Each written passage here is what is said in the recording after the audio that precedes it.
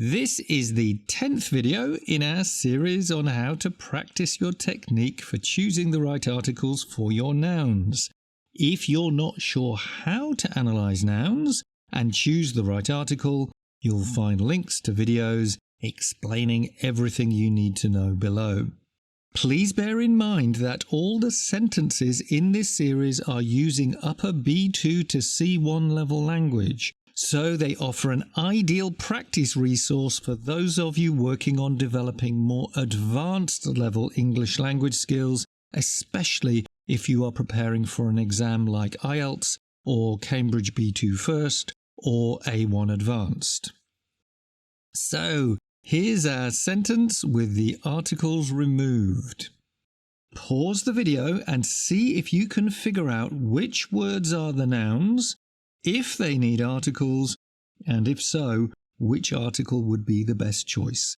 I'll give you the answers in a moment.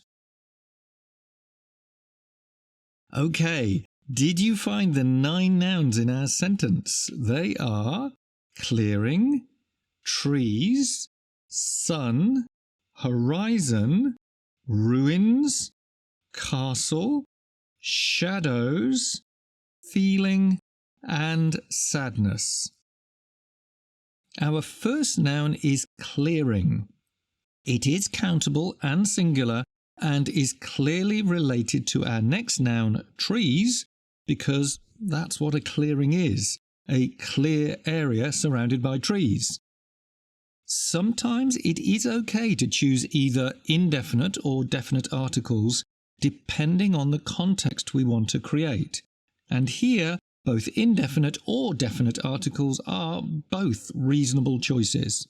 If we choose to use an indefinite article A, it would mean that she is standing in one unknown or undefined clearing out of many optional clearings available to her. However, if we choose to use a definite article, we are assuming it is one specific clearing, and because the sentence goes on to talk of a specific castle, casting its specific shadows, it is probably reasonable to choose the definite article the here. Our next noun, trees, which is countable plural, is clearly specific. The clearing she is standing in is a space surrounded specifically by the trees in that place and not by anything else. So a definite article the is a very good choice. Now, as far as we know, we only have one sun. It is completely unique and therefore belongs to that group of completely unique nouns that can only take the definite article. So here, the sun is the only choice. Similarly, our next noun, horizon, which is referring to the actual visible horizon between the sky and the earth, is unique and can only take the definite article the.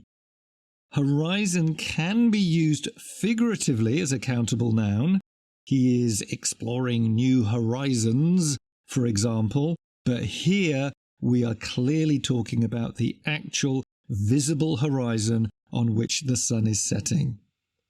Ruins is a countable plural noun and has been made specific by the prepositional phrase of the castle, which is working as an adjective to describe the ruins further, so a definite article is correct. It is probably fair to assume that the castle which sits in this prepositional phrase as the object of the preposition of is a specific castle, and therefore the definite article the is a good choice. However, this is another instance where we could use an indefinite article a, but this would shift the meaning of our sentence. We would be talking about one undefined and unknown castle of many optional available castles. Grammatically, this is possible, but the meaning would change in a way we might not want. As it stands, the whole noun phrase, the ruins of the castle, is the subject of the verb to cast, which reinforces the idea that this is a specific castle. Shadows is a countable plural noun and being used in general.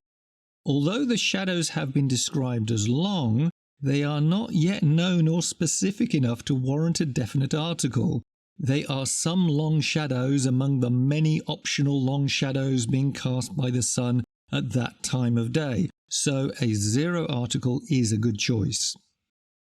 Feeling is a countable singular noun and in this context is being used in general. Again, although the feeling has been modified by the adjective overwhelming and the prepositional phrase of sadness, it is still a general, unknown, and as yet unspecified feeling out of all the different feelings of sadness she might have experienced. Therefore, an indefinite article a is reasonable here. If we used a definite article the here, it implies that this is a feeling that we already know about because she has experienced it before and we have already been told about it. So again, this is an example of how we can choose different articles grammatically correctly, but if we do so, we have to be very careful about the context we want to create.